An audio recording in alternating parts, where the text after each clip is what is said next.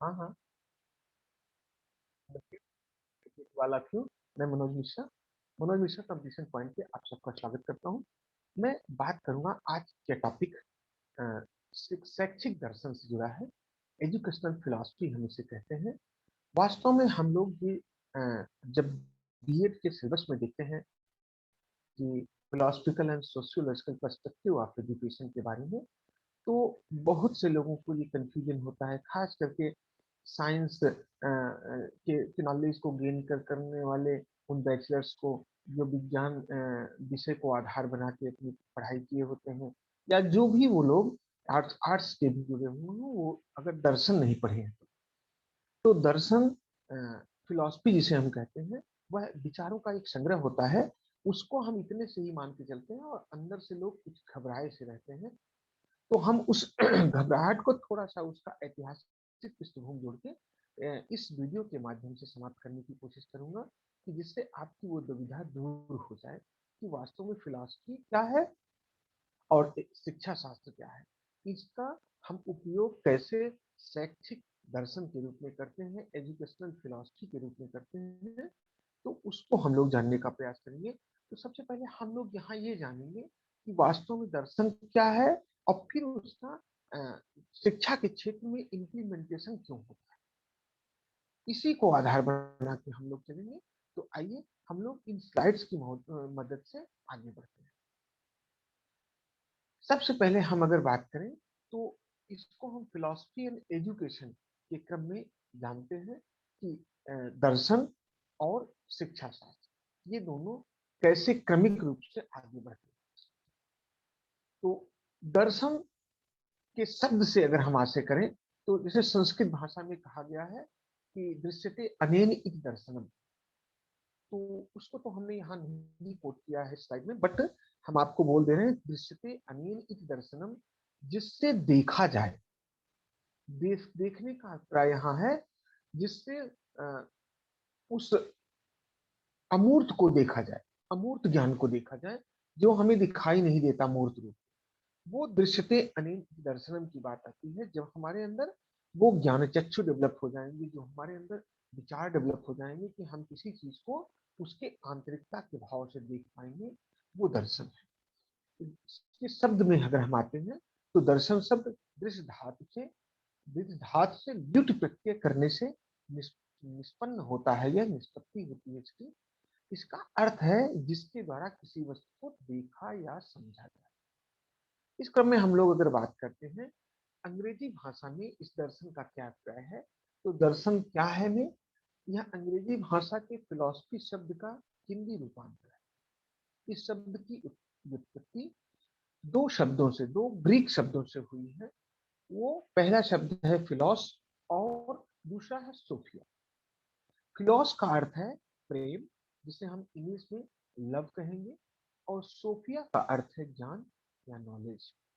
तो हम फिलॉसफी का शाब्दिक अर्थ अगर लेके चलते हैं तो ज्ञान के प्रति प्रेम, यही प्रस्तुत होता है, ज्ञान के प्रति अनुराग, लव अबाउट नॉलेज। ये बात स्पष्ट होती है इस फिलॉसफी के शब्द से। तो हम इस क्रम में देखेंगे वास्तव में फिलॉसफी शैक्षिक दर्शन के रूप में जब हमारे समाज में आया। शैक्षिक दर्शन का अर्थात दर्शन का वो पार्ट जो शिक्षा के क्षेत्र में मानव जीवन और समाज के लिए उपयोगी पाठ के रूप में काम में आया।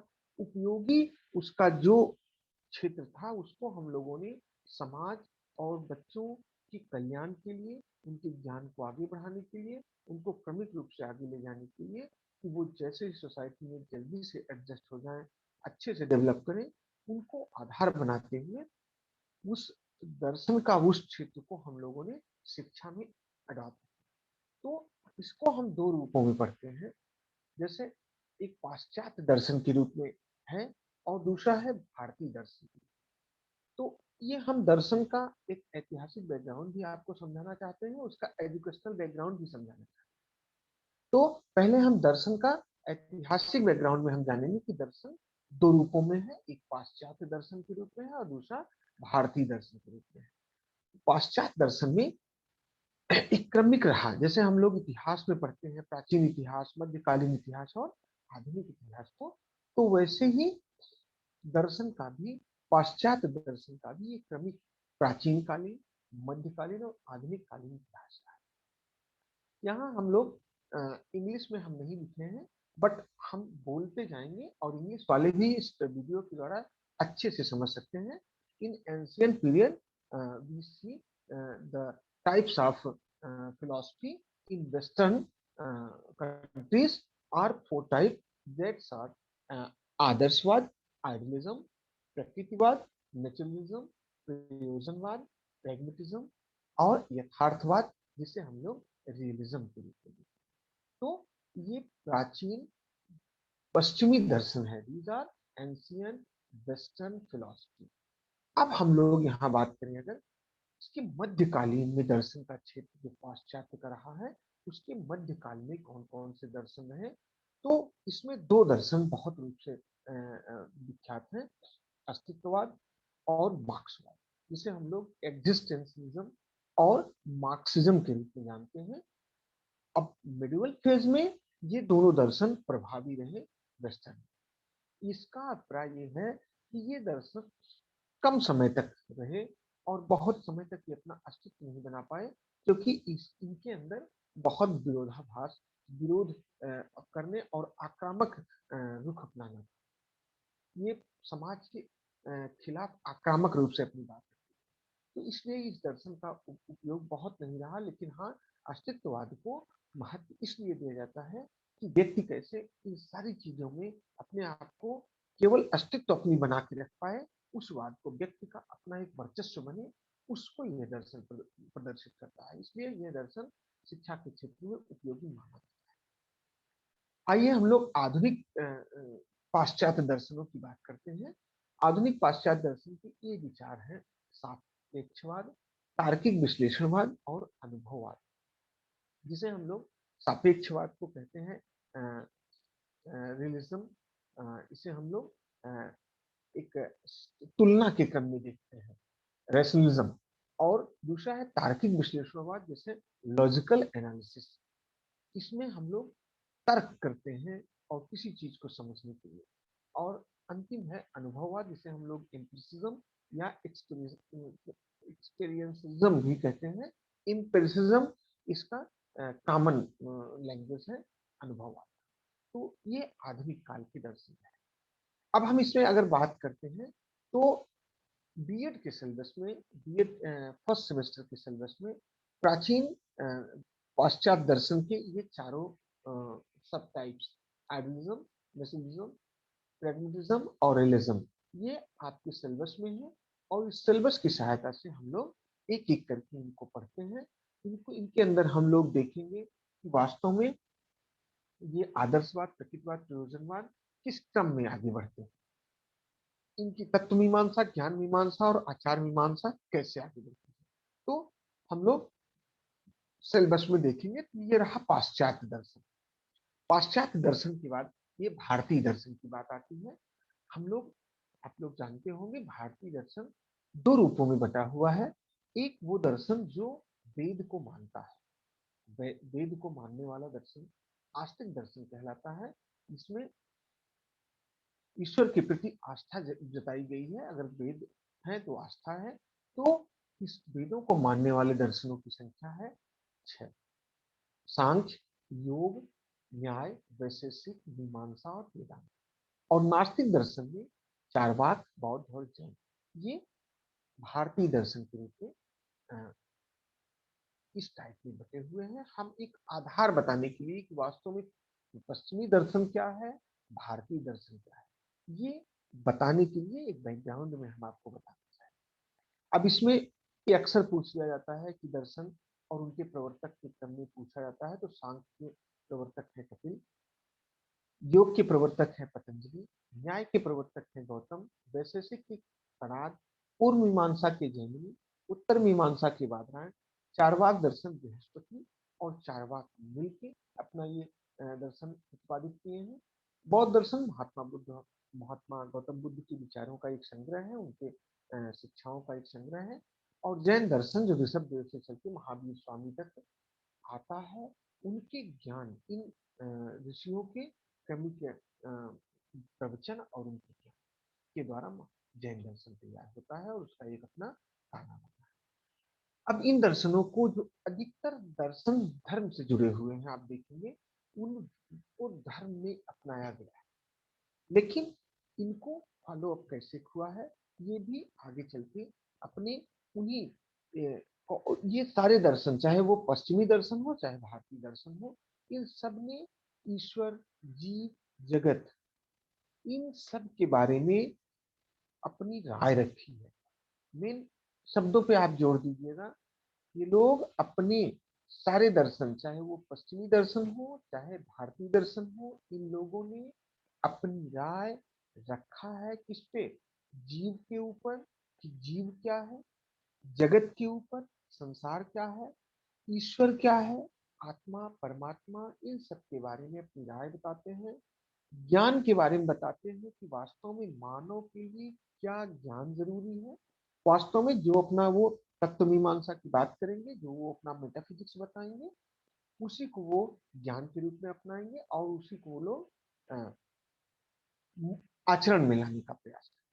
तो सबसे पहले इस पूरे कार्यक्रम को दर्शन के जो मूल रहस्य है उसको शिक्षा से जोड़ने के लिए उसके अंदर के 5 बातों को निकालने का प्रयास अरस्तु महोदय ने किया था। उन्होंने दर्शन शास्त्र को 5 शाखाओं में बांटा। उन्होंने कहा कि इस किसी भी दर्शन की तत्व मीमांसा होती है जिसे हम लोग मेटाफिजिक्स कहते हैं, भौतिक शास्त्र होता है, फिजिकल फिजिक्स होता है, तर्क शास्त्र होता है, लॉजिक, नीति शास्त्र होता है, एथिक्स, और सौंदर्य शास्त्र होता है, एस्थेटिक। यहाँ सौंदर्य शास्त्र से अप्लाई व्यक्ति के अंदर से अच्छा होने से। तो अरस्तु के अनुसार एक डेफिनेशन है यहाँ, दर्शन वह विज्ञान है जो परम तत्व के यथार्थ स्वरूप की खोज करता है, इसी मूल तत्व से सृष्टि ब्रह्मांड की उत्पत्ति होती है। वह मतलब इतना ही कहते हैं कि दर्शन वह विज्ञान है जो परम तत्व के यथार्थ स्वरूप की खोज करता है। अब हम बात करें, जो बाद के जो दार्शनिक रहे, उन्होंने मिला के इस बात को 3 बातों में कवरेज किया कि ये बताएं, कालांतर में दार्शनिकों ने दर्शन शास्त्र के मुख्य 3 विभाग बताए और वो कहे कि तत्व मीमांसा, ज्ञान मीमांसा और मूल्य मीमांसा, जिसे हम लोग आचार मीमांसा भी कहते हैं, वो किस रूप में। प्रत्येक दर्शन का ये 3 मूल तत्व होते हैं, 3 मूल क्षेत्र होते हैं। इन मुख्य भागों को के आधार पर वो दर्शन अपना काज करता है, मतलब वो दर्शन अपना अस्तित्व बनाता है। तो हम लोग सबसे पहले बात करते हैं, इसे हम इंग्लिश में इस रूप में देखते हैं कि फिलॉसफी, ये जो वास्तविकता संसार के बारे में रियलिटी की बात करता है तो उसे हम मेटाफिजिक्स में देखते हैं। नॉलेज की बात करता है तो हम उसे एपिस्टेमोलॉजी, ज्ञान मीमांसा में देखते हैं। और वैल्यूज की बात करता है तो वो हमें एक्सियोलॉजी में देखते हैं। हम इंग्लिश वालों के लिए ये समझने के लिए बताएं कि जैसा कि अन्य चीजों से ये जुड़ा हुआ है, ठीक है। तो हम लोगों ने देखा कि ये तत्व मीमांसा, ज्ञान मीमांसा और मूल मीमांसा इस रूप में बात करते हैं कि तत्व मीमांसा वास्तविकता की बात, रियलिटी की बात करता है, ज्ञान मीमांसा ज्ञान की बात करता है, और आचार मीमांसा ये मूल्य की बात करता है। अब हम बात करते हैं इसके तत्व मीमांसा की कौन कौन सी बातें हम शिक्षा से जोड़ के देखें। थोड़ा सा इंग्लिश में नहीं लिखा हूँ इसलिए मैं बता रहा हूँ, और इन शब्दों की इंग्लिश आपको मिल सकती है, खास करके अंग्रेजी भाषा को जानने वाले। तो तत्व मीमांसा में शिक्षा की प्रक्रिया कैसी होनी चाहिए, उस शिक्षा का उद्देश्य क्या होना चाहिए, शिक्षण की विधियां कैसी होनी चाहिए, शिक्षक छात्र की भूमिका क्या है, और विद्यालय एवं अनुशासन के लिए तत्व मीमांसा बात करते हैं। इसी प्रकार ज्ञान तत्व मीमांसा में हम लोग अगर देखें कि इसके अंतर्गत मूल तत्व के साथ साथ ब्रह्मांड के निर्माण, ब्रह्मांड के प्रयोजन, ब्रह्मांड के स्वरूप, मन, आत्मा, ईश्वर, पुनर्जन्म आदि विषयों के चिंतन की बात की है। दार्शनिकों के लिए यह महत्वपूर्ण प्रश्न रहा है कि ब्रह्मांड का मूल तत्व क्या है। कुछ दार्शनिकों ने उसे मूल तत्व को भौतिक और कुछ ने उसे आध्यात्मिक माना है। कुछ लोग कहते हैं कि इस संसार में स्पिरिचुअलिटी है, इस संसार के ऊपर ही सब कुछ है, जो दिखाई देता है वो हमारा नहीं है, जैसे आदर्शवादी। लेकिन वहीं यथार्थवाद कहता है कि नहीं, जो हमें भौतिक चीजें दिखाई देती हैं वही सत्य है, उसके ऊपर कोई आध्यात्मिक सत्ता नहीं। इस तरह की बात होती है। तो हम लोग इसमें देखते हैं। अब ज्ञान मीमांसा की हम बात करें तो ज्ञान मीमांसा में हम शिक्षा के लक्ष्य की बात करते हैं, उद्देश्य की, प्रक्रिया की बात करते हैं, पाठ्यक्रम की बात करते हैं और शिक्षण की विधियों की बात। ज्ञान मीमांसा में होता क्या है? हम ज्ञान के स्रोत, ज्ञान के स्वरूप, प्राप्त ज्ञान की प्रामाणिकता, मनुष्य के ज्ञान प्राप्त करने की सीमा आदि की विवेचना होती है। दर्शन शास्त्र में ज्ञान प्राप्ति के संबंध में तीन सिद्धांत हैं। यह बुद्धिवाद को लेकर चलता है, अनुभववाद को लेकर चलता है और अंतःप्रज्ञावाद को। अब ज्ञान कैसे आता है?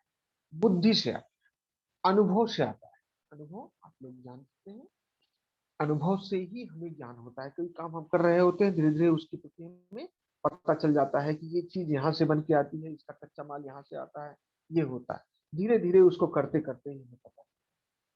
ऐसे ही अगर हमें बुद्धि विवेक हमारा जागृत है तो हम ज्ञान को आसानी से अध्ययन कर पाते हैं। अंतः प्रज्ञावाद का मतलब यह ज्ञान की एक पराकाष्ठा के रूप में मानी जाती है कि हमें हर चीज का इंट्यूशन होने लगता है, हमें पहले से ही आभास होने लगता है। यह बुद्धि और ज्ञान के अ, उच्च स्तर की बात करता है। तो ज्ञान मीमांसा इन तीन रूपों में आती है। कांट महोदय ने ज्ञान मीमांसा पे अपनी बात रखी है। उन्होंने कहा है कि दर्शन शास्त्र ज्ञान की समीक्षा और विज्ञान है। वो ज्ञान की समीक्षा और विज्ञान करने की बात को दर्शन शास्त्र में। ज्ञान का सामान्य अर्थ है किसी वस्तु, तथ्य, घटना अथवा कथन के बारे में सत्य को जानना। यहाँ प्रमाण की बात की जाती है, एविडेंस की बात की जाती है। ज्ञान की सत्यता परीक्षण होती है, आवश्यक माना जाता है। तो हर ज्ञान के लिए एक एविडेंस की जरूरत है। यहाँ ये बात की गई। अंत में हम लोग बात करते हैं इसके मूल्य मीमांसा में। तो मूल्य मीमांसा का मतलब हम लोग जैसा वो दर्शन चाहता है कि इस तरह का आचरण करे विद्यार्थी, तो वहां शिक्षक छात्र की भूमिका के आधार पर यह प्रक्रिया आगे बढ़ती है। और पाठ्यक्रम ये डिसाइड करता है कि विद्यार्थी कितना एथिकल होगा। जैसे अगर विषयों में हम पाठ्यक्रम में नैतिक शिक्षा को जोड़ के रखें और धार्मिक जुड़ाव से साथ शिक्षा को आगे ले चले और संस्कारों की बात करें तो वो मूल्य उसके अच्छे होंगे, एथिकल होगा। ऐसे ही शिक्षक और छात्र की भूमिका भी निर्भर करेगी उसके मूल्य मीमांसा को तय करने की। मूल्य मीमांसा में हम लोग तार्किक दृष्टिकोण द्वारा सत्य की प्रवृत्ति, नैतिक दृष्टिकोण द्वारा व्यक्ति और समाज की मंगल कामना, सौंदर्य परक दृष्टिकोण द्वारा सौंदर्य और सौंदर्य बोध की व्याख्या करते हैं। इसमें मूल्यों का तार्किक दृष्टिकोण, सौंदर्य परक दृष्टिकोण और नैतिक दृष्टिकोण से अध्ययन किया। इसमें तीन चीज बातें रखती हैं। सौंदर्य परक, जिसमें हम एस्थेटिक की बात करते हैं कि अंदर से व्यक्ति सौंदर्य हो जाए, सुंदर हो जाए। अंदर से मतलब मन बुद्धि और आत्मा से वो सुंदर होने से। और नैतिकता के आचरण की नैतिकता से है। और प्रत्येक चीज को वो एनालाइज करके देखे, वो तर्क करके समझे। तो ऐसे व्यक्ति को हम लोग मानते हैं कि वह समझदार और अपने विवेक से काम करे। तो इस प्रकार हम लोगों ने क्रमिक रूप से देखा कि कैसे दर्शन अ, शिक्षा के साथ जुड़ा है और दर्शन की कौन कौन से ये जो मूल तत्व है, तत्व मीमांसा, ज्ञान मीमांसा और आचार मीमांसा, ये कैसे बात करते हैं। तो मेटाफिजिक्स रियलिटी की बात करता है, एपिस्टेमोलॉजी नॉलेज की बात करता है और एक्जियोलॉजी वैल्यूज की बात करता है। इस बात पे आप फोकस होकर ध्यान देंगे तो बातों को आसानी से समझेंगे। तो इस पूरी प्रक्रिया के द्वारा आज हम लोगों ने दर्शन क्या है और दर्शन के साथ शिक्षा के साथ जुड़ाव किस रूप में होता है, उसके तत्व मीमांसा, ज्ञान मीमांसा और आचार मीमांसा के क्रम में हम लोग उसका उपयोग जब करते हैं उसे देखते हैं। तो जैसा कि बीएड के सिलेबस के क्रम में है, तो प्राचीन पश्चिमी दर्शन जो आदर्शवाद, विरोजनवाद, युक्तिवाद और यथार्थवाद के रूप में है, उसको हम लोग नेक्स्ट टॉपिक्स में देखने का प्रयास करेंगे और ये जानेंगे कि वास्तव में कैसे इन दर्शनों का आज शिक्षा के क्षेत्र में उपयोग किया। तो हम चाहेंगे आप इस वीडियो को लाइक करें, सब्सक्राइब करें और शेयर भी करें अपने मित्रों से, जिससे जानकारी के साथ आगे बढ़े।